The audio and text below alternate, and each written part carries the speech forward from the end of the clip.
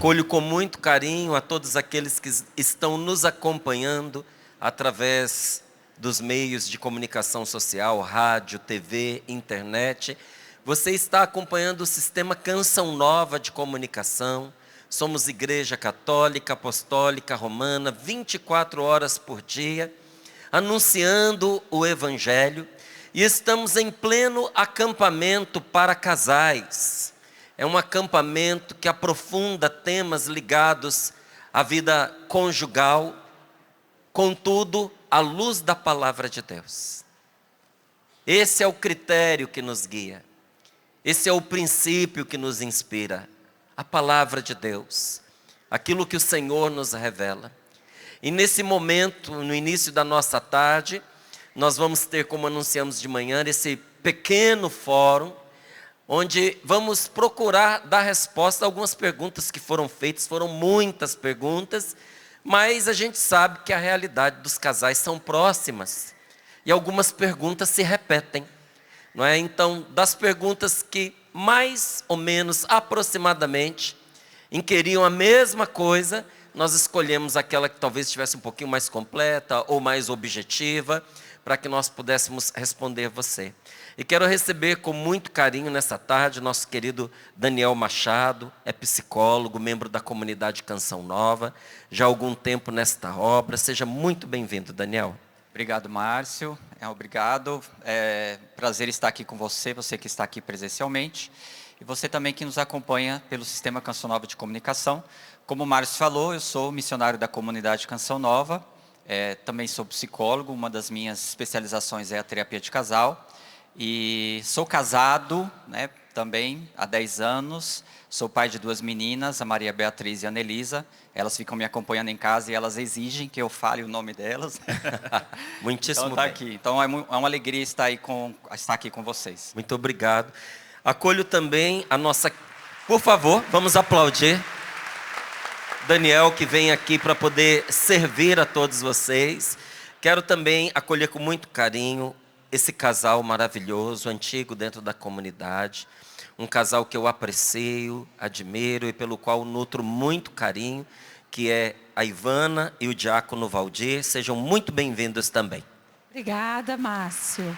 Boa tarde, gente. Boa tarde para quem acompanha de casa.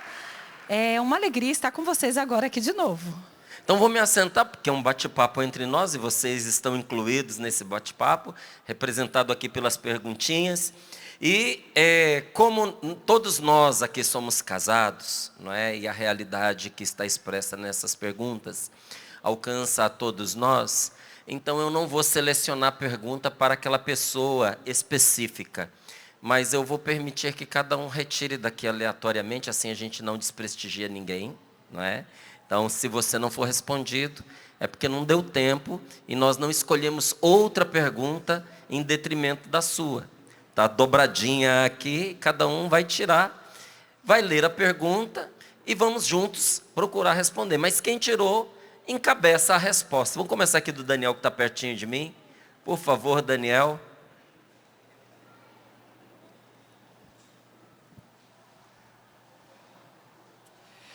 Como lidar com a traição em meu relacionamento?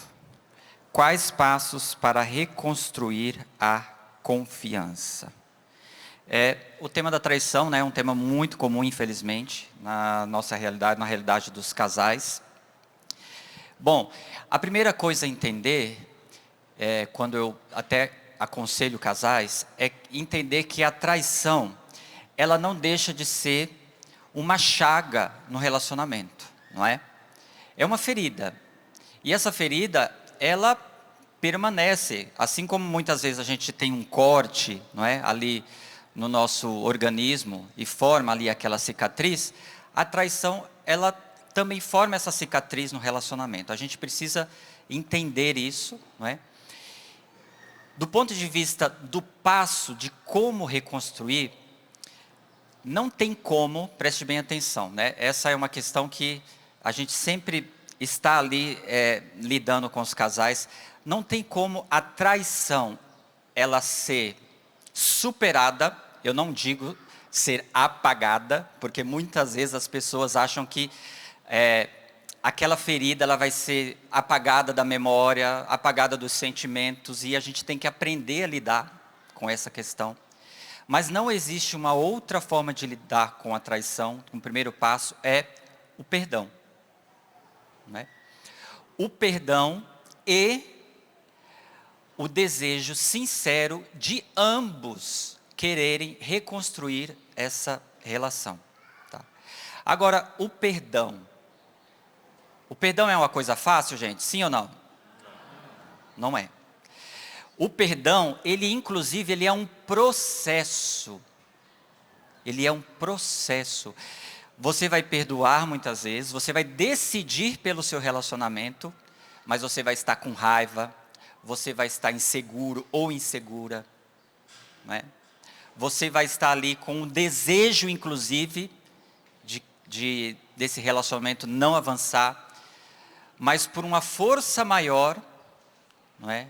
Você acredita naquele relacionamento e você, então, perdoa. E esse perdão, eu digo até que ele precisa do tempo.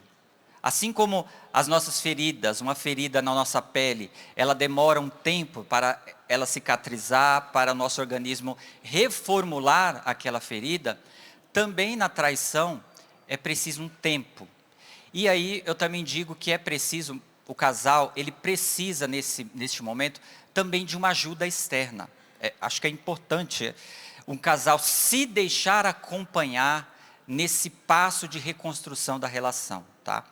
Muitas vezes a gente vai ter que calçar as sandálias da humildade e dizer assim, olha, nós precisamos de um acompanhamento. Algum casal mais experiente na paróquia, quem sabe muitas vezes uma ajuda profissional, uma terapia de casal também ajuda a ajustar, né, as coisas, mas eu penso que é por aí. O primeiro passo, o perdão, depois o segundo passo é um acompanhamento e o tempo para que essa ferida ela possa ir cicatrizando. Diácono Valdir e Ivana?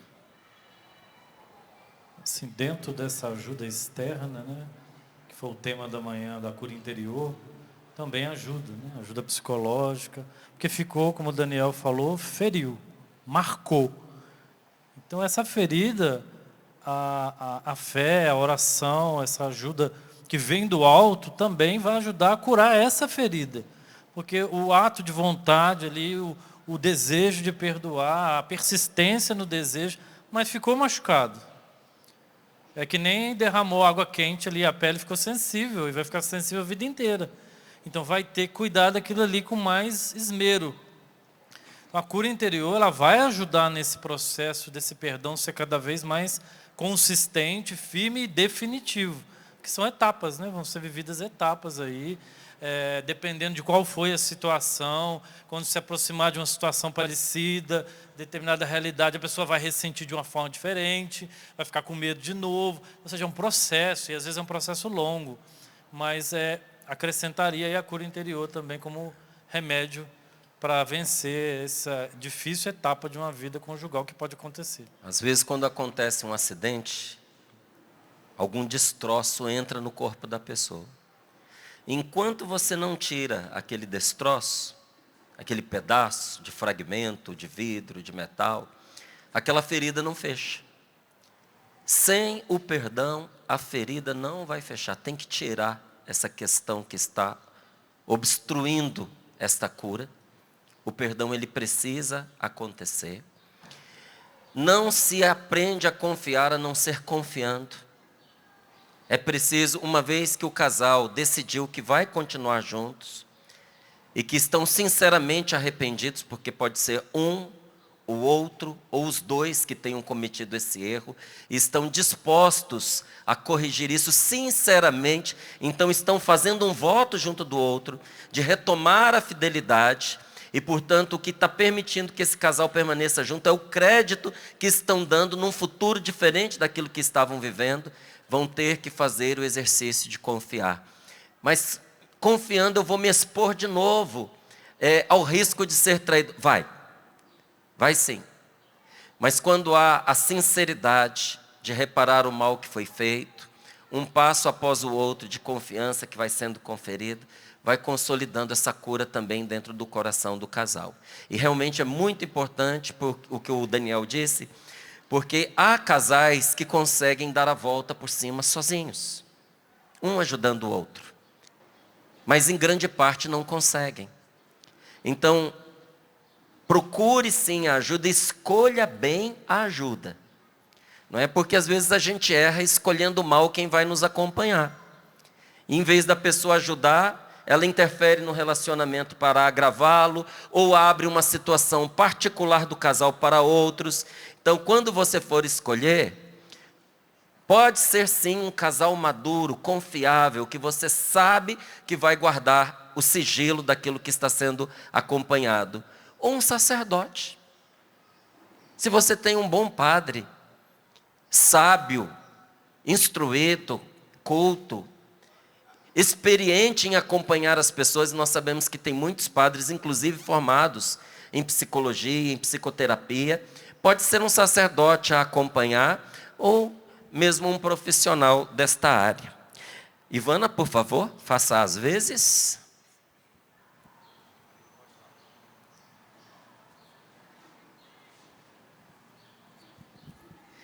Quando um dos cônjuges tem deficiência física ou alguma enfermidade.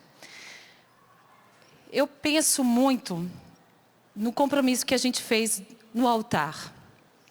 Eu te recebo e prometo ser fiel na alegria, na tristeza, na saúde e na doença. Então a gente se apoiou na graça de Deus, né? Porque o sacramento do matrimônio, a gente não pode esquecer, como eu falei para vocês de manhã, ele não é um pó de perlim-pim-pim, mas ele é a graça que vem sobre o amor humano. O amor somente, vamos dizer, o amor somente humano, vou falar dessa forma aqui, né? Talvez com as forças do nosso amor pequeno, a gente não suporta certas coisas. Mas o amor mergulhado na graça, porque o Cristo também falou, sem mim nada podeis fazer, a gente pode permanecer fiel a uma situação como essa. Um cônjuge que adoece, gravemente enfermo. Eu conheço vários casais, na mente vêm até irmãos de comunidade, que enfrentam situações dessa, né? Que o casamento é colocado à prova, a vida íntima conjugal é colocada à prova. Mas eles permanecem fiéis a esse compromisso que eles fizeram diante de Deus e diante do outro. Porque a gente faz um compromisso diante do outro também. Eu prometo ser fiel na alegria, na tristeza, na saúde e na doença. É difícil? Sem dúvida. A gente não pode dizer que não existe uma oferta nessa entrega, né? É uma oferta nessa entrega. Eu lembrei de uma outra situação de um casal, o esposo, que enfrenta a situação que a mulher dele, jovem, teve um derrame. E a gente conversando, ele falou assim, Ivana, como é forte o peso disso, na alegria, na tristeza, na saúde e na doença. Meu amor agora está sendo provado e purificado. E eu continuo a amar essa mulher. Do jeito que ela está. Ela perdeu a mobilidade, ela perdeu a fala, ela está voltando. Mas ele até chegou para mim e disse assim, meu amor agora é concreto nesta hora. Agora, nesta hora. E é uma oferta, gente. Então, o amor do sacramento do matrimônio, a gente não pode esquecer que ele também é eu gosto de dizer muito assim, a gente esquece que a moeda tem dois lados, né?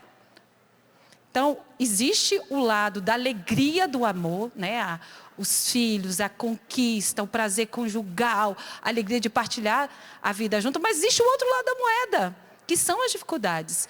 Então, a gente não pode querer só um lado da moeda, ela não cai só de um lado. Ela cai muitas vezes, em alguns momentos, de lado contrário. Mas o amor exige, né? E sem dúvida, se ele não tiver enxertado no amor de Cristo, a gente não dá conta, não. Dá conta mesmo, a gente pede as contas, a gente fecha a porta, a gente manda voltar para a casa do pai e da mãe. Mas, com esse amor enxertado no amor de Cristo, e lembrando disso, né, uma promessa que a gente fez, Deus nos ajuda com a graça. Eu acredito muito nisso. Bonito nas nossas famílias, que tanto na família da Ivana quanto na minha, Nossas mães, né, cuidaram dos nossos pais doentes até o falecimento deles, né? Os dois morreram de câncer, o pai da Ivana de câncer no pulmão, meu pai teve um câncer na bacia, e elas cuidaram deles anos ali, acompanhando naquele sofrimento terrível que eles viveram, até o último minuto. Amando até o último minuto, sofrendo junto. Realmente não é fácil essa dor, que vai mudar a rotina familiar, que vai mudar um monte de coisas. Mas essa é a história da sua família. Cada uma família vai ter uma história, em algum momento vai chegar. Por isso que o compromisso ele tem na saúde, na doença, na alegria e na tristeza. Porque elas vão chegar. A alegria, a tristeza, a saúde e a doença. Em algum momento ela vai chegar. A pobreza e a riqueza. É riqueza, verdade, então, Márcio. não tem como a gente evitar. Hoje não tem, mas amanhã vai ter. Amanhã vai acontecer. Ninguém vai morrer com a saúde plena, é bem difícil, né? Então, uma hora vai chegar alguma doença, uma hora vai chegar uma situação financeira difícil. E a gente casou para viver isso juntos. Todo esse aparato de coisas, né? E isso é o bonito da vida matrimonial. Né? Ser fiel, o lindo e o exigente também, até o fim. E a Ivana, ela dizia aqui, né? Tem um lado da moeda e tem o outro também. O lado que são as alegrias, os prazeres, a companhia no matrimônio. E o lado que é a dor, o sofrimento. Mas também tem dois lados da moeda, que é o seguinte: hoje é ele, amanhã é você. Ou hoje é ela, mas podia ser você em vez dela. Então nós assumimos, quando casamos, o compromisso de cuidar um do outro.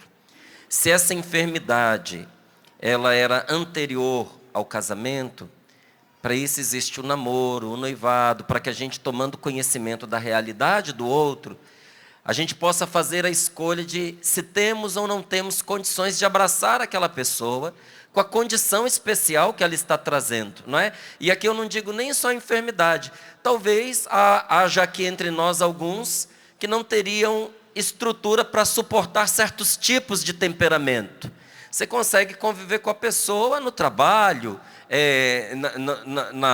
nos estudos, é vizinho que você encontra de vez em quando, você vai para a sua casa, mas morar com uma pessoa com esse tipo de temperamento, talvez você não consiga. Por isso, a possibilidade que você teve de escolher.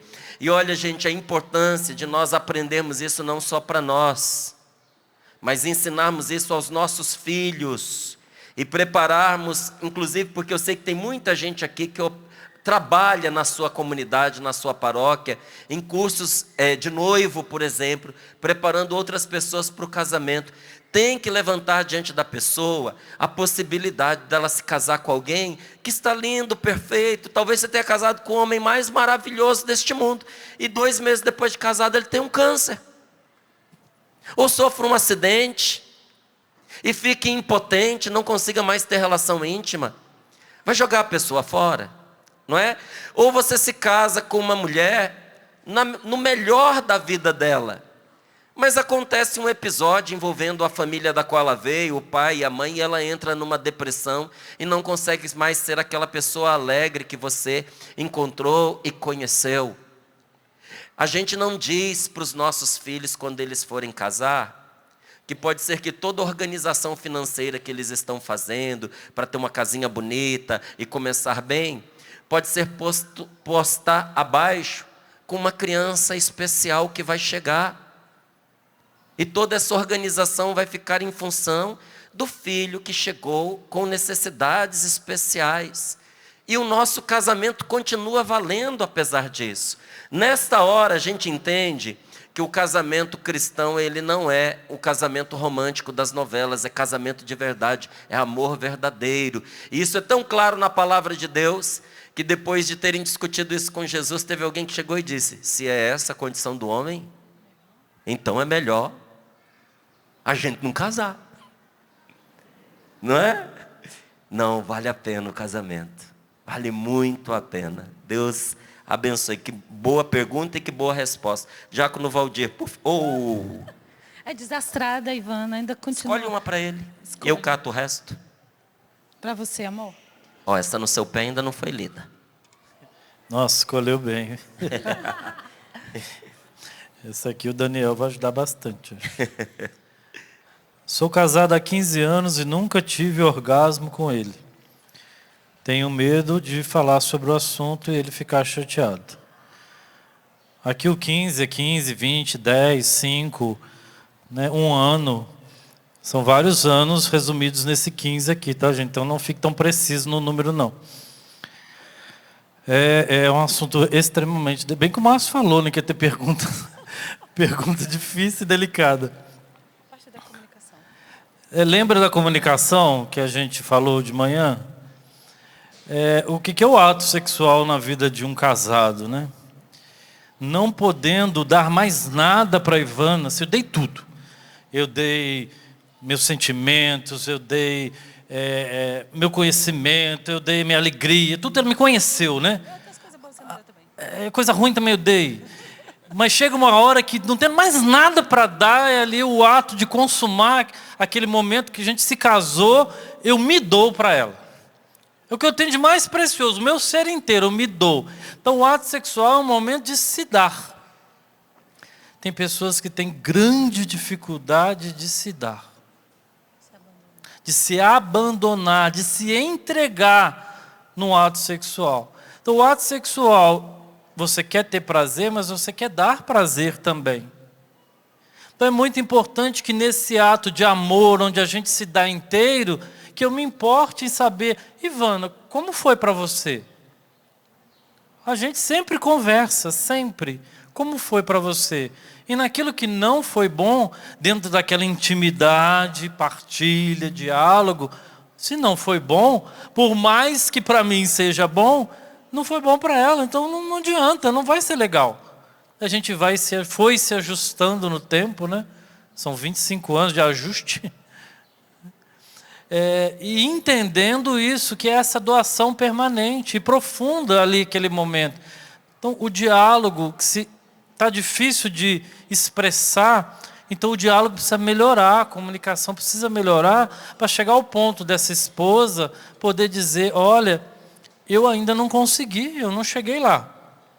Porque não sei se vocês sabem, né? O ideal é que os dois cheguem ao orgasmo ao mesmo tempo. Né?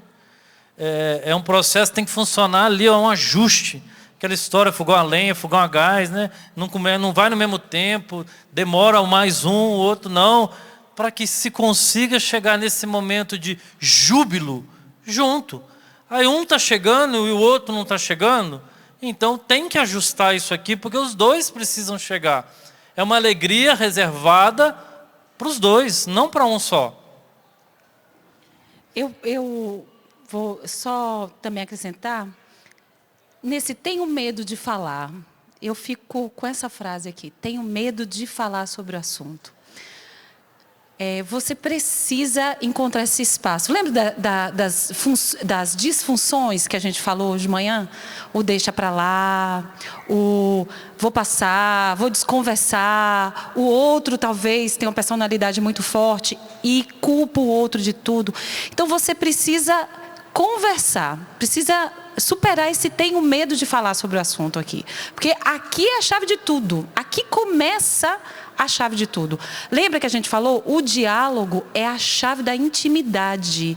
Se você não dialoga, você não consegue intimidade. E a intimidade física é o graal, né, da vida conjugal, assim vamos dizer. Então, você precisa, né? Como o Daniel falou, o Márcio também, eu ratifico. Talvez vocês precisam aqui de uma ajuda externa, alguém que ajude esse diálogo, porque é importante. Gente, vida íntima, vida conjugal é muito importante no sacramento do matrimônio. É muito. Muito. Não é porque a gente é católico que católico não faz sexo. Não é porque a gente é católico que a gente não tem que melhorar a nossa vida sexual. Não, ela é querida, amada, desejada por Deus, pensada por Deus. Depois, o orgasmo aqui, o Daniel e o Márcio também podem acrescentar, mas eu fico pensando muito na psicologia feminina em relação a isso, né? A mulher se entrega, como eu falei hoje de manhã, se ela está afetivamente primeiro entregue. Então eu questiono você, querida, você está entregue ao seu marido? Você tem facilidade de se abandonar? Uma vez num curso com a sexóloga, ela explicou isso pra gente, que ela atendia um homem, casado há muito tempo, controlador, que ele não conseguia chegar ao orgasmo. E ela falou, esse homem tinha dificuldade de perder o controle, de se abandonar. Talvez você tenha dificuldade de se abandonar a esse homem, né? E aí, sem dúvida, uma ajuda externa é muito preciso. Por quê? Porque sentir prazer com o esposo, com a esposa, é querido, amado, é um direito do casal. É um bem, né, do casal. E um bem para os dois. Eu queria só acrescentar que é difícil a gente encerrar esse tema, porque existem tantas coisas que podem estar aí na questão do orgasmo, né? Que existem questões da história pessoal, né? Talvez dessa mulher, é difícil, 15 anos, mas de repente a gente sabe que muitas mulheres têm a questão hormonal, tem questões fisiológicas, então, uma série de coisas que a gente precisaria de uma, entre aspas, uma investigação nesse assunto. Mas me chamou a atenção também nisso que a Ivana falou, esse segredo guardado há tanto tempo, não é? E na psicologia a gente sabe que quando a gente guarda uma coisa, né, aquela coisa ela nos corrói por dentro. E eu já queria, inclusive, acolher você, porque eu imagino, né, o sofrimento que muitas vezes você está com essa situação. Então eu acho que você colocou o que fazer, eu tenho medo. Talvez uma conversa com o seu esposo, você não precisaria, né, falar para ele, olha, estou há 15 anos sem, porque talvez isso realmente choque, não é? Então é chamar para uma conversa e falar, olha, há algum tempo eu estou com essa dificuldade de sentir, né? De alguma forma, esse medo, ele precisa ser quebrado, né? Essa conversa, ela precisa acontecer. Porque a relação sexual, gente, ela tem um rito próprio, que é muito particular de cada casal. Na psicologia, na terapia de casal, a gente fala da dinâmica conjugal, ou seja, como esse casal ele funciona. Esse casal funciona de uma forma, esse outro casal funciona de outra. Não existe uma regra absoluta, tá? Porque cada casal ele tem é como se fosse uma digital, tá? Porque você tem uma história específica. Você casou com uma outra pessoa com uma história de vida específica, com educação específica, diferente da sua, vocês se unem e vocês têm duas histórias ali, né, juntas. Então existe uma série de coisas que podem atrapalhar aí. De repente pode ter traumas, essa mulher ela pode ter sido educada numa sexualidade às vezes muito rígida, não é? Muito ali, não muito, aquela coisa muito rígida mesmo, né? Então, é preciso essa conversa. Mas também eu quero chamar a atenção para o homem, tá? Mas é claro que esse homem, ele não sabe, porque ela não falou que está com essa dificuldade, né? Mas eu queria também chamar a atenção aqui para os homens, porque de repente, quando a gente fala da sexualidade, a gente está falando do desejo. E será que esse homem também, ele, né? Ou será que ele vai para a relação sexual, vai com a cueca rasgada, não é? Vai todo desleixado, não toma um banho, não faz também uma parte, não tem umas preliminares, né, gostosas. E aí como que essa mulher vai ter o desejo? Vocês concordam comigo, sim ou não? Sim. Então, entende que é ambos, né? E geralmente, para nós, eu estou puxando para os homens agora, tá bom? Porque nós aprendemos sobre sexualidade na rua, e todos nós homens sabemos como nós aprendemos sobre sexo, sim ou não? Então, de repente, na hora do sexo, esse homem é um brucutu, ele também está sendo um brucutu há 15 anos. Não é? E aí, como fica o desejo? Então, sem essa dança, né, do amor, sem esse ritual, sem essa liturgia, né, da intimidade sexual, também o desejo ele pode ficar, né, lá embaixo, sob cinzas. Eu gostei da pergunta, que ela está bastante aberta, não é? Foi até um pouco difícil para a gente responder, porque por estar aberta, a gente teve que abraçar várias possibilidades. Isso é ótimo, porque assim se responde perguntas de muitos outros que gostariam de estar representados. Então, uma possibilidade que tem ali nessa pergunta, de que o problema também seja físico e seja nela.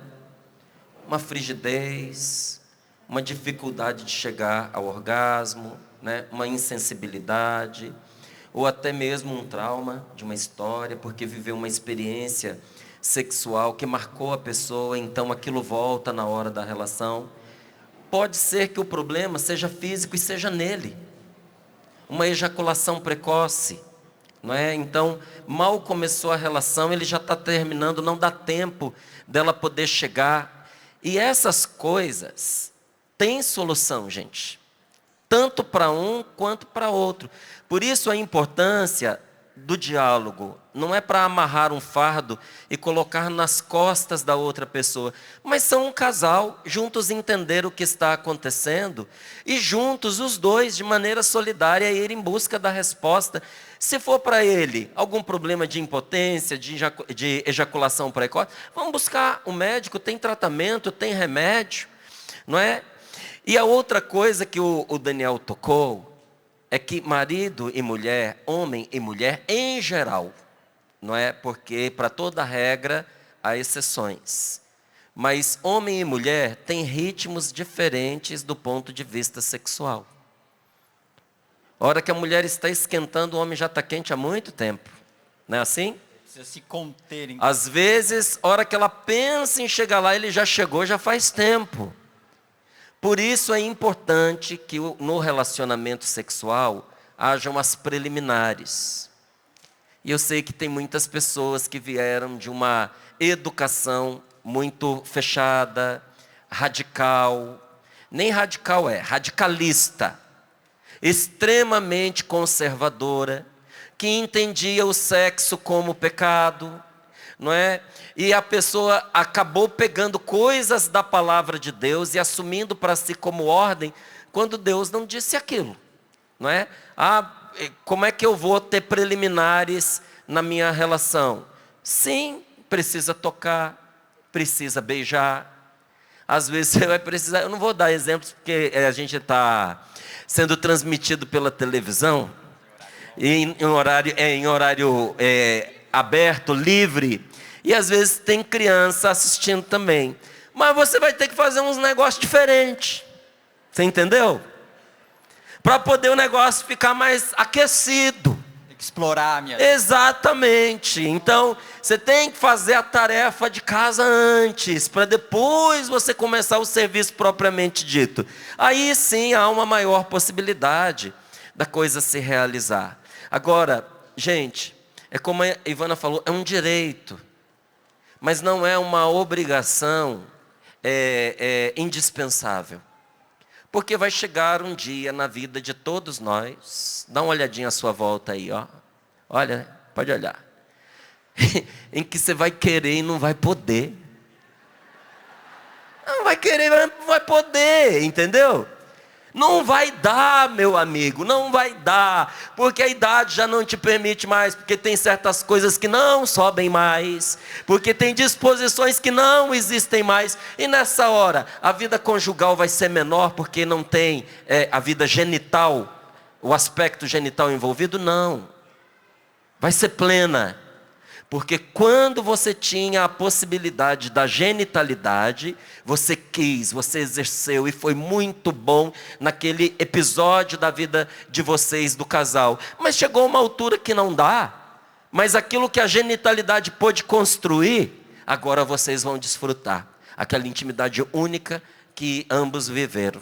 É bonita a nossa vida sexual, não é? Bonita ou não é? Então um aplauso para ela, por favor. Diga, Ivana. Só acrescentar uma coisa. nós católicos precisamos de retiros, né? Acampamento é fantástico, esse momento aqui é fantástico, mas de retiros mais intimistas, porque a gente vai percebendo na lida, né? Que não sejam transmitidos nem gravados. Nem gravados. Que a gente é analfabeto em questão de sexualidade, da boa sexualidade. A gente é analfabeto de autonomia. A gente é analfabeto da função e da missão daquilo que Deus deu para a gente. Então, quando a gente se esclarece das coisas, quer ver uma coisa bem bonita? Não sei se você sabe. Quando a mulher tem orgasmo, o útero dela se movimenta. O útero dela faz um movimento de puxar o sêmen masculino até que o sêmen, o espermatozoide, se encontre com o óvulo nas trombas. Isso é lindíssimo. E quando você se aprende isso, você fala assim, gente, quem foi que inventou isso? Qual foi a cabeça que pensou isso? Porque a gente acha que não tem coisa que se movimenta ou que é só uma questão psicológica, desculpa, Daniel, mas existe uma só de fluidos. Não é. Não é. O corpo da gente é lindo. E isso que o Márcio falou, que o Márcio não pode falar. A gente precisa ter espaço para conversar, ser claro. A gente precisa ter espaço para onde a gente entender até onde a gente pode ir. A gente pode ir muito longe até. Mas a gente muitas vezes se fecha em ideias, em mitos, que muitas vezes, isso não é igreja católica, não. Achando como pecado aquilo que não é. Que não é, entende? Então, vamos rezar, gente, para retiros assim, né? Quem sabe a gente possa fazer um aqui na questão não fechado. Por exemplo, não há lugar no corpo da sua mulher onde você não possa pôr a boca. Expliquei. Verdade. Não há lugar no corpo do seu marido onde você não possa pôr a boca. E há uma grande liberdade para que você viva a sua vida sexual no seu quarto, desde que a viva santamente. E respeite o mínimo de higiene, entendeu? Uma vez eu fui num retiro e a pessoa falou para mim, perguntou assim, num bilhetinho como esse, a gente pode usar fruta no momento? Eu respondi, depende onde você vai pôr a fruta e se vai comer depois, porque dependendo de como, não vai dar, não é? Então, tem gente que apela, vai aos extremos. Mas o corpo é uma coisa muito linda. E o corpo da esposa, Deus fez para a diversão do marido. Não é outra definição, não. É um playground, sabe? E o corpo do marido, Deus fez para a diversão da esposa. Tem casamento que é chato demais, porque os dois são chatos.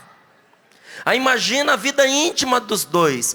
Nós temos que aprender, minha gente, a se divertir no casamento. Nosso casamento tem que ser divertido, tem que ser leve, tem que ser engraçado. Na vida sexual, sim, nas outras coisas também. Você concorda? Quem concorda, diga, eu concordo.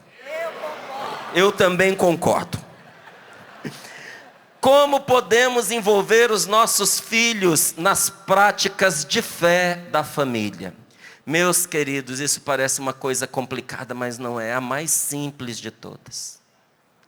E tão simples é quanto antes comece. Não tem melhor ensinamento, melhor pregação para se fazer dentro de uma casa para os filhos do que o exemplo dos pais. Do que o testemunho do casal. Não vou falar só de práticas de fé. Vou falar da vida conjugal. Os seus filhos serão no casamento o que eles virem você e a sua esposa, você e o seu marido serem dentro de casa. Se você quer que a sua filha seja tratada como uma princesa pelo marido dela, trate a mãe dela como uma rainha. E você verá isso acontecer. Porque a sua filha não vai aceitar para marido ninguém que seja menos do que o que você foi para a mãe dela. Sabe, como é que a gente ensina um filho a não gritar dentro de casa? Não grite com seu marido. Mas não sei o que fazer. Quando a pessoa me faz essa pergunta, eu já vejo o retrato. Eu não sei o que fazer porque os meus filhos são muito explosivos, muito briguentos, gritam demais. Onde será que eles aprenderam isso? não é? Então o nosso testemunho ensina bastante. E o que é que a nossa igreja nos pede, como cristãos? O mínimo é a missa ao domingo. É o mínimo. Ah, Márcio, mas isso é muito pouco. Então faça. Porque às vezes a gente pondo o selo de pouco, a gente despreza o que é pedido e nem isso que a gente diz que é pouco, a gente faz. Porque na missa seus filhos são evangelizados também por outras famílias, pelo que diz o sacerdote. Ah, os meus filhos são muito pequenos e acham a missa chata. Vão achar até uma certa idade, se não se acostumarem. Entende? Torne interessante para eles. Leva o filho para a missa. E leva uns brinquedinhos que não atrapalhem as outras pessoas. Leva brinquedinho de pano, leva brinquedinho de borracha sem apito, não aqueles que apertam e ficam lá. Aquilo é muito irritante. Nada de carrinho de metal, de rodinha, para ficar passando no banco da igreja. Não. Leva folhas de papel em branco, imagens de Nossa Senhora, de Jesus Cristo, dos anjos, caneta colorida, giz de cera, tinta para eles ficarem pintando ali. Estão pintando os motivos religiosos, crianças mais novinhas, estão escutando os cânticos, a oração da comunidade, o padre falando, e aquilo se torna prazeroso, entra no coração da criança. Entende? Ah, mas meu filho ainda é muito pequenininho. Gente, olha que crueldade você trazer uma criança para um lugar desse aqui, para ele ficar sentado num banco desse o tempo inteiro. Pior, vai lá no santuário para você ver. Nem a gente aguenta ficar muito tempo naquele banco de madeira. A gente quer que uma criança de 1, 2 anos fique, não dá. Leva um edredomzinho, forra o chão, põe uns brinquedinhos em volta, deixe seu filho brincando ali, porque ele vai se acostumando com as coisas da fé. E em casa? Tem momentos maravilhosos para você cultivar a espiritualidade dentro de casa. Sabe quando?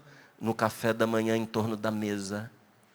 Obrigado, Senhor, pelo dia que o Senhor nos deu. Obrigado por este alimento que nós vamos receber agora. Nós te consagramos este dia. Senhor, nos proteja de todos os males e de todos os perigos. Olha, não deu 30 segundos. Na hora do almoço, na hora do jantar. Agradecer a Deus pelo alimento, pelo sustento, pelo dom da vida. Na hora de dormir, você não precisa colocar os seus filhos, ninar os seus filhos, não precisa. Pai que nina o filho, nina porque quer. Porque não há necessidade. Nunca lá em casa nós ninamos filho. Colocar na cama e ficar lá embalando até a hora de dormir. Nunca, nunca. Mas eu colocava para dormir, eu queria. Às vezes eu lia uma história. Às vezes eu rezava com os dois juntos. Naquele momento a gente se abraçava, se beijava, se cheirava. E depois eu fui alternando. Eu levava para o quarto como se eu fosse rezar. E aí eu dizia, olha, não se esqueçam de fazer a oração de vocês. Falem com Deus, contem como foi o dia. Peçam a Deus as coisas que você precisa. E no outro dia eu perguntava, rezou antes de dormir? Ah, rezei, pai, rezei. E por fim, que oração maravilhosa para a gente fazer em família, que é a oração do Santo Terço, hein, gente? 15, 20 minutos, 25 minutos de encontro seu com seus filhos, com a sua esposa, com seu marido. 25 minutos. E olha, se você acha que é muito para fazer todo dia, mesmo que você faça 1, 2 vezes na semana, que belo exemplo e testemunho. Dificilmente o seu filho vai se desviar da fé se ele tiver esse exemplo de espiritualidade e o seu testemunho como um bom marido, uma boa esposa dentro de casa. Quem concorda, diga amém. Amém. Amém. Gostaria só de entrar agora como um profissional, tá? O que faz a personalidade de uma pessoa? Nós temos aspectos que são de fato genético, né? Aquilo que nós herdamos dos nossos pais. Mas o que molda a personalidade e o caráter de uma pessoa é uma palavrinha que se chama ambiente. Guardem isso. O ambiente. A gente fica enchendo crianças de palavras, quando na verdade a criança ela é uma esponja do ambiente. Então se o ambiente reza, a criança ela absorve aquilo. Ainda que no primeiro momento você não perceba, mas ela está absorvendo esse ambiente. Um cardeal, me fugiu agora o nome dele, ele dizia justamente isso. Leve a criança para a igreja. Ainda que ela não compreenda, ainda que ela não tenha a cognição para entender tudo aquilo que está acontecendo, ela tem a sensibilidade de ver uma vela no altar, de sentir o cheiro do incenso, de ouvir as músicas, de ver a comunidade reunida. Tudo isso é o quê? É o ambiente que, como uma semente depositada ali, vai colocando. Você não vai vendo, mas vai crescendo ali aos poucos. E uma outra coisa, por amor de Deus, criança não é mini adulto. Não encha a criança de doutrina, de coisas, como se ela fosse um mini adulto. Gente com 5 anos já quer que a criança seja um Mozart tocando piano, né? Com 5, 6 anos já esteja falando latim, não é? Entope a criança de coisas, quando na verdade a criança ela quer uma única, que é brincar. A vida interior da criança é brincar, deixa as crianças brincar. E seja pedagógico quando você for inserir as coisas de Deus com a criança, brinque com ela. Quando você brinca com a criança, ela abre uma porta imensa de afetividade para ela absorver esse ambiente. Então você vai brincando e vai evangelizando, não entupa, não é? A criança de práticas religiosas, porque ela não é um mini adulto, ela é uma criança, tá? Então, muito cuidado com essa evangelização da criança, tá?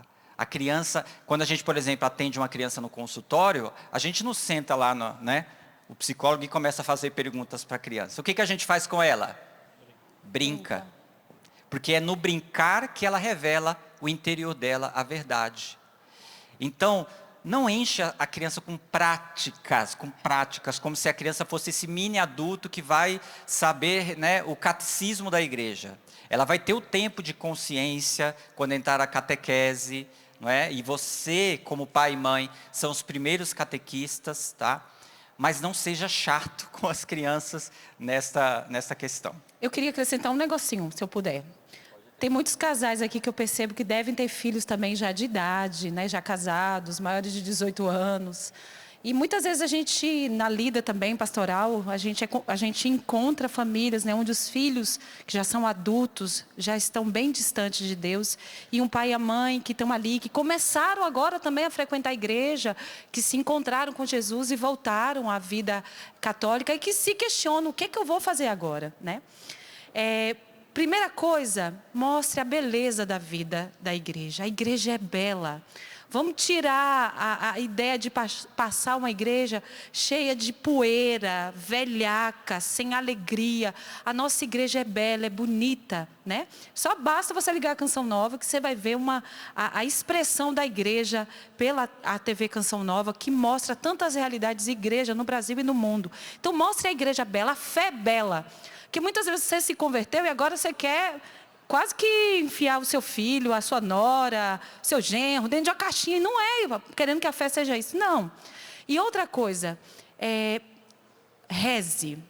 Talvez você não teve a oportunidade, não se culpe pelo passado que você não conseguiu educar os seus filhos. Agora reze.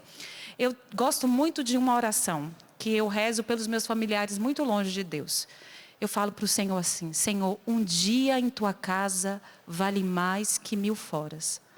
E 1000 fora. E eu vejo, gente, é impressionante, não só com os meus familiares, mas com pessoas que eu convivo e que estão longe de Deus assim, anos-luz, e em situações de pecado gravíssimas.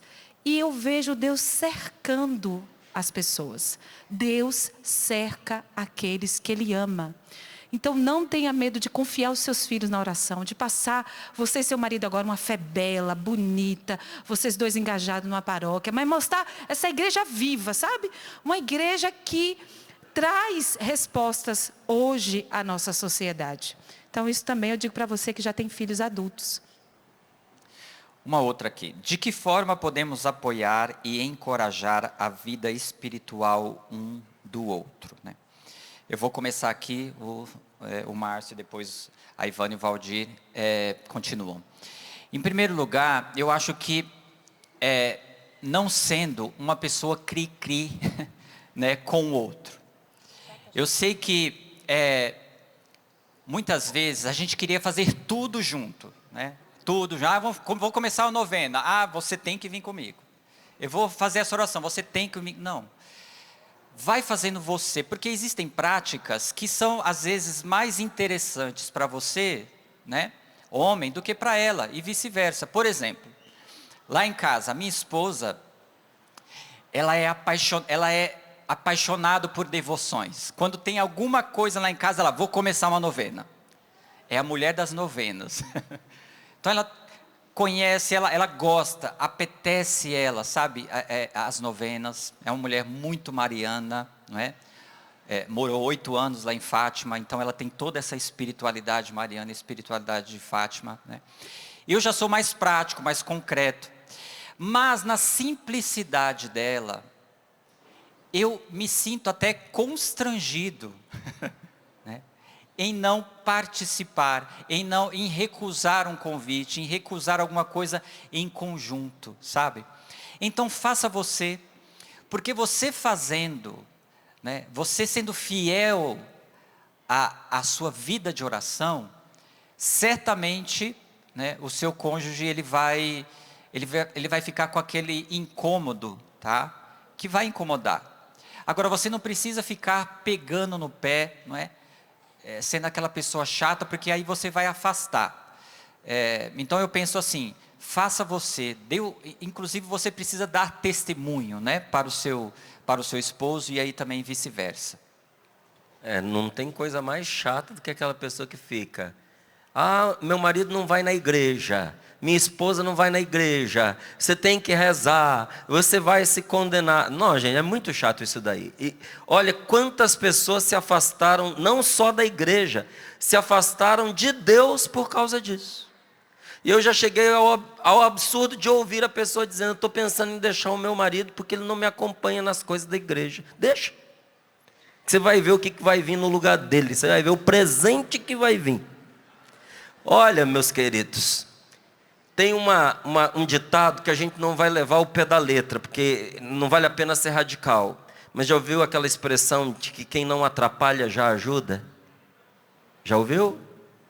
Se o seu cônjuge não te atrapalha a rezar, não te atrapalha a ir para a igreja, não te persegue, dê graças a Deus, louve o nome do Senhor, reze por você e por ela, reze por você e por ele. E olha, pode aplaudir, porque tem espiritualidades diferentes. A maneira do homem viver a espiritualidade também é diferente da mulher viver a espiritualidade. Do mesmo jeito que o Daniel falou que criança você educa, ensina e atrai, envolve brincando, homem é dando serviço para ele, dá trabalho para esse homem na igreja. Arruma uma responsabilidade para ele. Manda ele virar massa lá, levantar a parede. Diz que o padre está precisando de alguém para consertar lá fiação elétrica que não encontra ninguém. Ele vai, agora chama para rezar as 1000 Ave Marias. É uma vez só. Acabou. Não é? Então a gente ajuda o outro na espiritualidade. Primeiro a gente fazendo. Foi muito bem respondido aqui pelo Daniel. E dando testemunho da transformação que acontece na nossa vida. Então veja, o meu engajamento nas coisas da igreja se deu por meio dos grupos de oração. Quando foi que as pessoas começaram a se interessar em descobrir o que acontecia no grupo de oração? Não era quando eu convidava. É que eu comecei a chegar em casa diferente. Eu não era mais agressivo. Eu não respondia às malcriações que faziam comigo. Eu comecei a ser feliz. Eu não tinha mais medo da morte, eu não tinha mais medo de escuro. Eu não tinha mais medo de sair de casa. Eu era um rapaz triste aos meus 14 anos, com ideias suicidas, e de repente eu passei a amar a vida. Eu era tímido, fechado em mim mesmo, e eu comecei a me abrir para as pessoas, com 14 anos, a querer ajudar as pessoas. Meu pai chamou a minha mãe para conversar e disse, tem alguma coisa acontecendo e você precisa descobrir o que é, porque esse menino está perdendo alguns parafusos pelo meio do caminho. Porque gente que estuda demais e reza demais fica louco e ele está muito diferente. É preciso ver o que está acontecendo com ele. E olha, foi um questionamento que foi aproximando a minha família das coisas de Deus. Quando o seu cônjuge vir em você a transformação que ele deseja, ele vai querer saber o que está acontecendo lá. E vai atrás. É importante que a sensibilidade espiritual de cada um pode não ser a mesma. Então você vem para um encontro carismático, você se sente super bem aqui, e talvez até o seu marido fez um encontro com Jesus aqui, mas ele vai viver bem a fé dele no mosteiro. É lá que ele vai conseguir rezar, é lá que ele vai se sentir bem. Então vai na carismática, mas vai no mosteiro também. Porque não dá para querer que seja igual. Nós somos pessoas diferentes, a sensibilidade espiritual é diferente. Isso vale para os filhos também. Tem uns que vão se encontrar numa espiritualidade mais monástica. Vai no mosteiro de São Bento, ele se encontra com aquilo tudo lá. Meu Deus, ele encontrou com Deus aqui. É, maravilhoso. Importante é que encontre com Deus e que reze. Não precisa rezar igual sempre. Ainda bem que tem o Santo Terço que vale para todo mundo. Todo mundo pode rezar. Em qualquer sensibilidade espiritual. Mas não se prenda a que tem que ser desse jeito aqui. Tem que ser essa espiritualidade aqui. Coisas a gente precisa fazer junto? Precisa, até para evangelizar os filhos, viver ali em família. Mas são sensibilidades, às vezes, diferentes. Um vai sentir de um jeito, vai se encontrar com Deus de um jeito, num lugar diferente do outro. É importante respeitar isso. Sabe uma coisa que eu lembrei aqui agora? Que a gente pensa que espiritualidade conjugal é rezar junto. E espiritualidade conjugal é se amar. A melhor forma do casal rezar é se amar. Sabe qual era? Vamos aplaudir isso? Mas aplauda de verdade, para valer. Ivana, por favor, não esqueça a sua linha de raciocínio, mas é isso mesmo. Vamos repetir para a gente não esquecer? A espiritualidade conjugal é? Amar. Amar, diga para o seu cônjuge. A nossa espiritualidade é o amor. É amar. A oração que faz prazer a Deus de um casal é o marido olhar para a esposa, ver que ela está cansada e ele ir lá lavar a louça. Gostaram? Agora nem precisa pedir para aplaudir, né? Essa é a melhor oração. A melhor oração e a oração que agrada a Deus, vou falar agora uma coisa que vai agradar os homens. É a mulher naquele dia, mas com amor, tá bom? Com amor. Que ela não está tão bem, mas que ele está aceso. E ela ir lá e dizer, eu vou me entregar a ele essa noite. Vou me ofertar a ele. Eu não estou bem, eu estou cheio de problema. Faltou os homens aplaudir agora. Essa é a oração que agrada a Deus. Não adianta a gente rezar o texto junto, não adianta a gente fazer estudo bíblico junto, não adianta a gente e botar um monte de coisa se falta essa oração do cotidiano da família. Essa é que sobe até Deus e Ele escuta e Ele, né, com agradável odor. Posso ir para mim? Quando um filho tem autismo ou algum transtorno, como lidar sem que se afete a vida do casal? Essa é uma pergunta complexa, mas eu vou partir dentro de um quesito que é importante a gente fundamentar a vida do casal. Existem os bens do matrimônio. Quando a gente recebe o sacramento do matrimônio, Deus dá para a gente a graça e essa graça vem com presentes. Graças a Deus, né? Porque senão ia ser difícil. E um bem do casamento é a união dos cônjuges, antes mesmo do bem dos filhos. Isso responde, exemplo, e quando eles forem embora? Quando o ninho estiver vazio? O Márcio aqui está vivendo, os filhos dele já estão grandes, já estão fora de casa. Já estão fora de casa, né?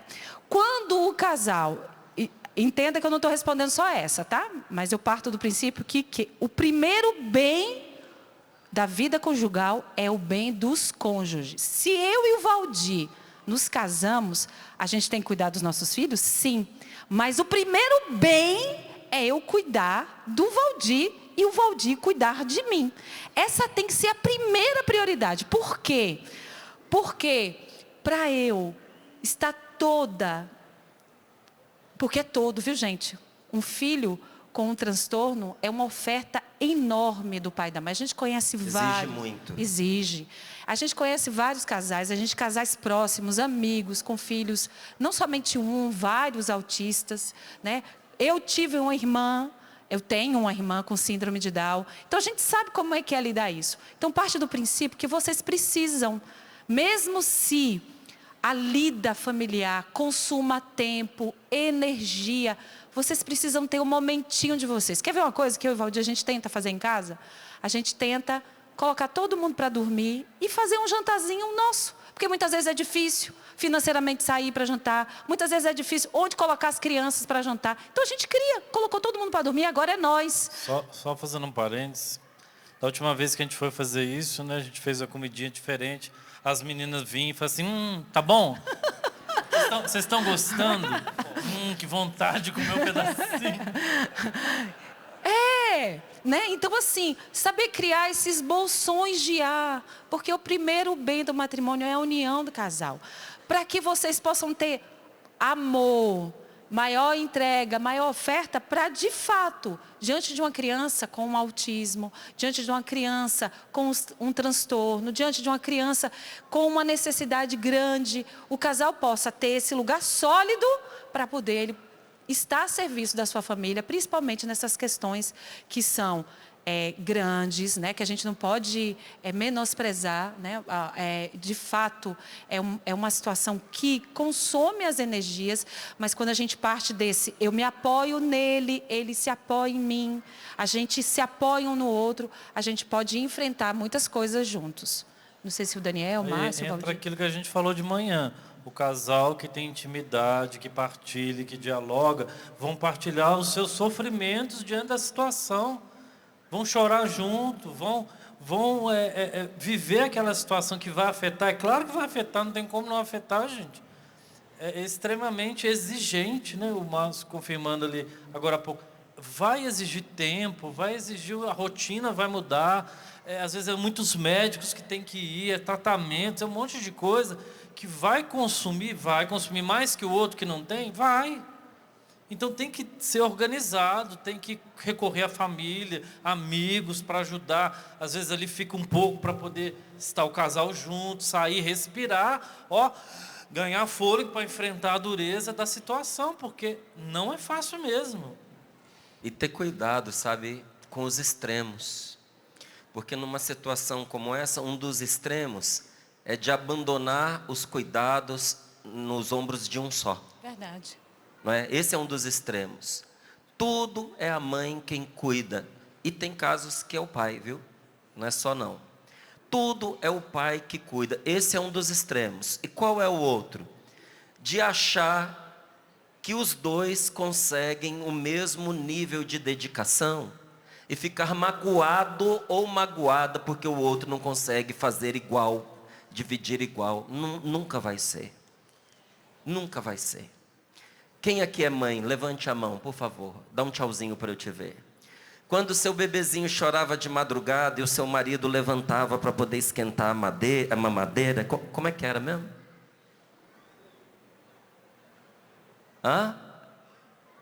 Ficou perdido, né? Porque não era assim, né?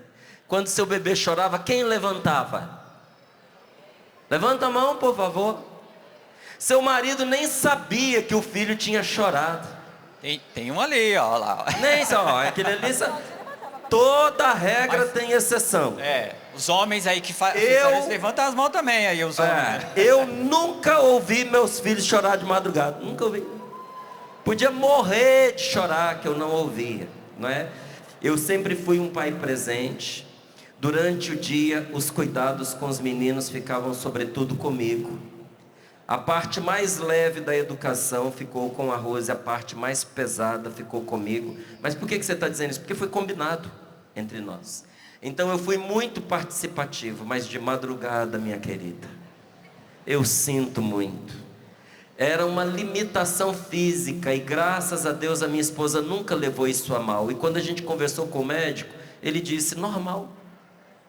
E falou para ela, ele nunca vai ouvir. Porque não é o barulho que acorda, é o instinto. O seu filho está 3 quartos depois e você está deitada lá no sono mais profundo. Ele geme no quarto, você acorda, você não ouviu. Existe uma conexão entre o filho e a mãe que diferencia esse tipo de prestação de serviço. Então, nem sempre um dos cônjuges vai conseguir corresponder no mesmo nível de dedicação que o outro, até porque os serviços são diferentes. Por vezes você, minha querida, vai ter que cuidar do seu filho com autismo, porque o seu marido vai ter que sair, trabalhar, e trabalhar muito para dar conta de todo o necessário, para dar suporte a esse rapaz ou a essa moça.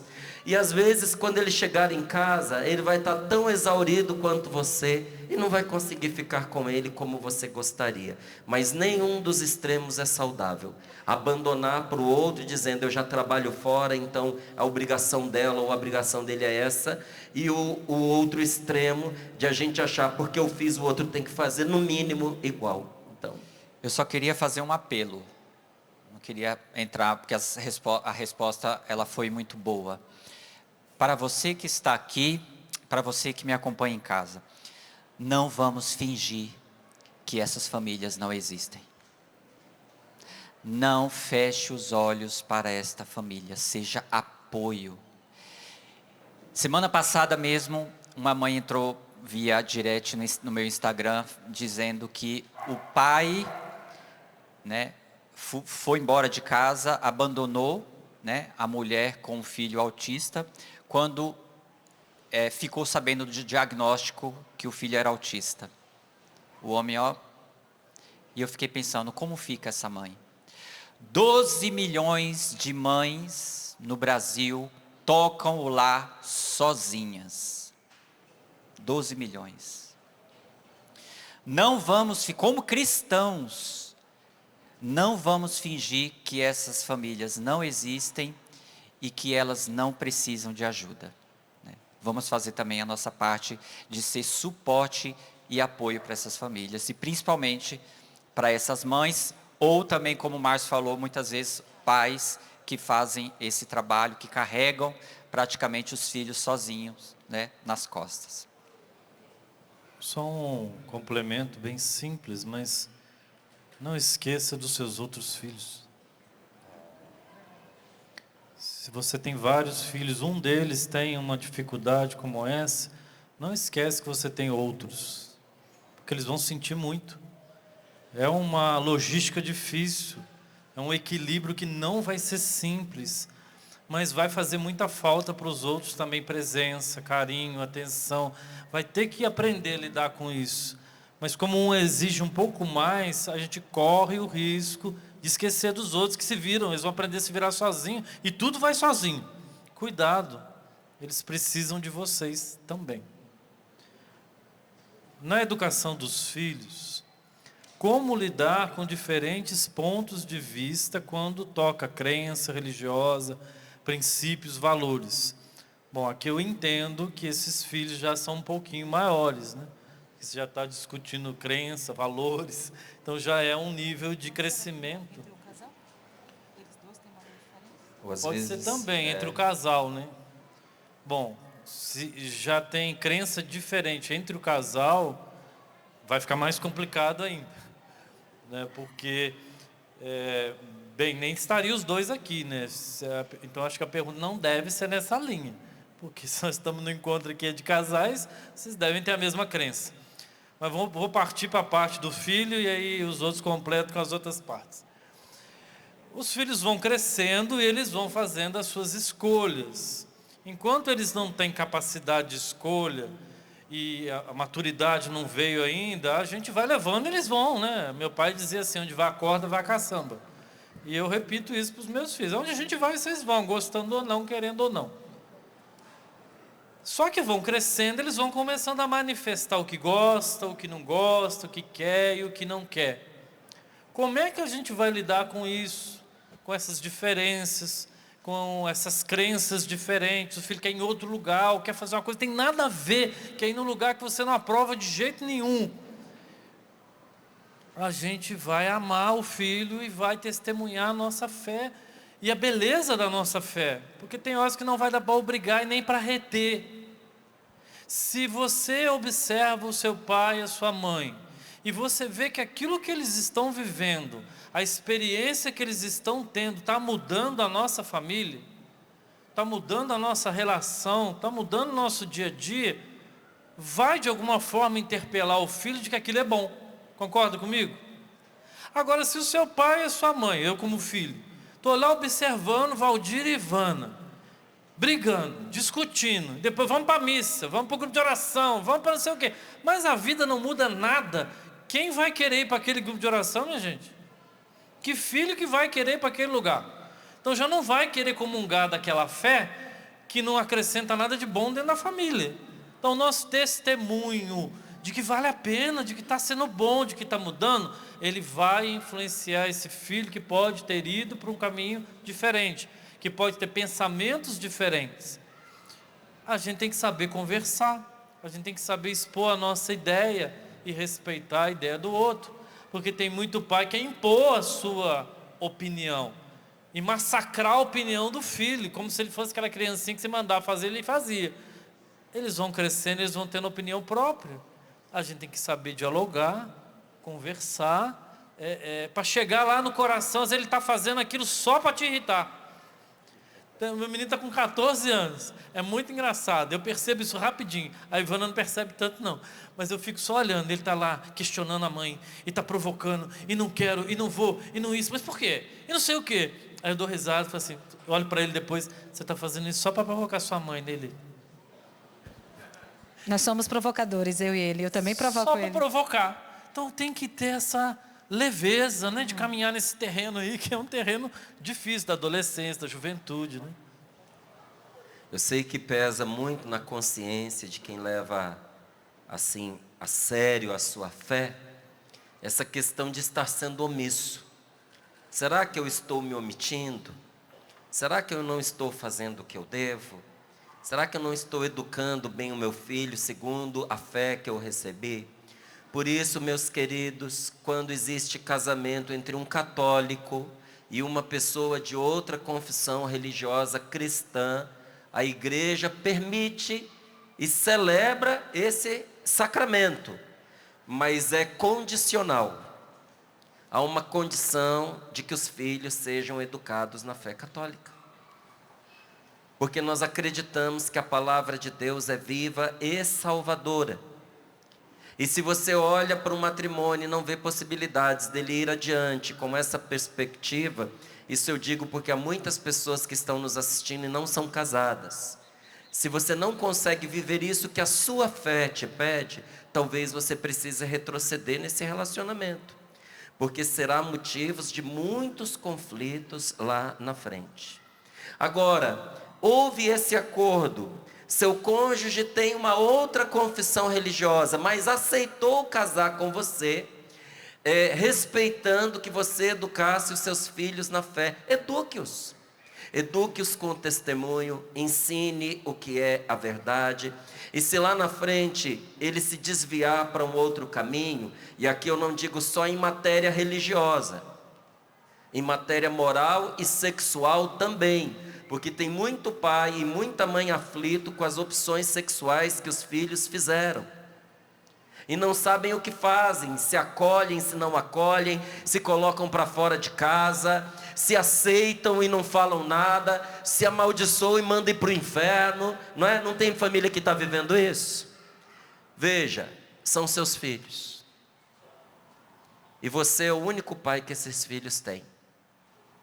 E você é a única mãe que esses filhos têm. Nós temos que aprender com Deus a acolher o pecador sem aprovar o pecado. Se o que a pessoa está fazendo é errado, acolha a pessoa, mas manifeste a sua opinião transparente e com respeito, de que você não concorda com aquilo, porque aquilo é destrutivo e vai fazer mal para esta pessoa. Márcia, que bom que você tocou nesse aspecto, não é? Como é que eu vou fazer para receber um filho que de repente tomou uma orientação até sexual que eu não concordo? Acolha, mas na sua casa, as suas regras. Meu filho, minha filha, você é bem-vindo aqui. Seu pai e sua mãe sempre estarão aqui por você, mas na nossa casa existe uma maneira de proceder. E quando você estiver aqui, a maneira correta de proceder é essa. Não feche a porta para os seus filhos, não, porque Deus nunca fechou a porta para você. E se um dia o seu filho angustiado entender que ele fez uma escolha errada, ele precisa saber que tem uma porta aberta para onde ele voltar, e que não vai ser recriminado, e que não vai jogar na cara dele, eu te falei, eu te avisei. Não, vai encontrar braços abertos que diz: vem, meu filho, eu estava esperando você voltar. E você vai enxugar as lágrimas dele, as lágrimas dela, vai dizer: nunca deixei de te amar, sempre estive ao seu lado e continuo. E que Deus te abençoe, e vamos para frente. Valeu o nosso momento? Valeu.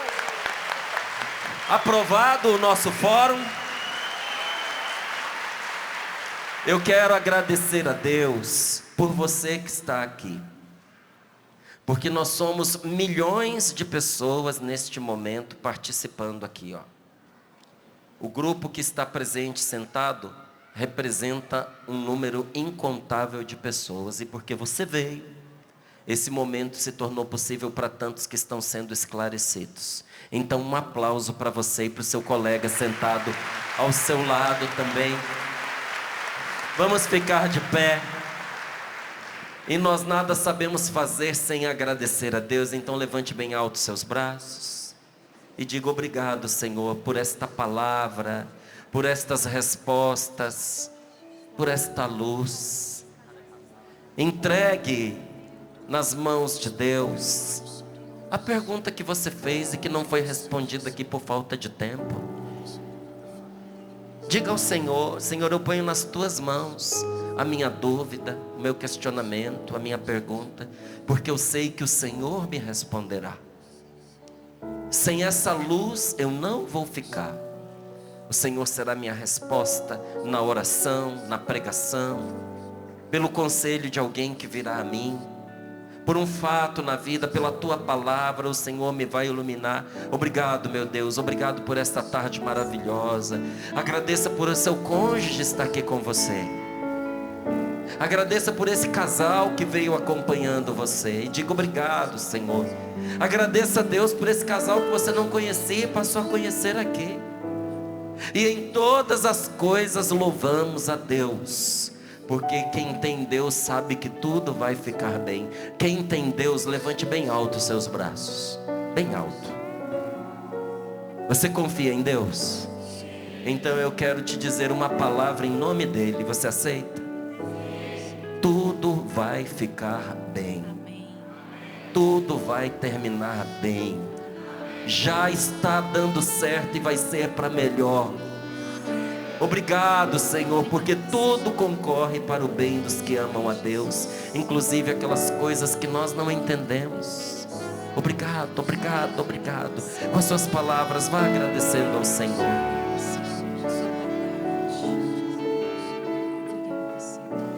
Obrigado, Senhor. Nós, com o coração agradecido, Senhor, queremos pedir a tua bênção sobre nós, sobre as nossas famílias, sobre aqueles que nós trazemos no coração, que nós vimos que poderiam ser atingidos por aquilo que foi falado, está sendo vivido aqui. O Senhor esteja convosco.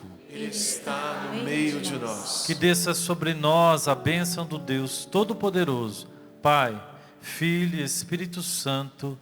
Amém. Amém.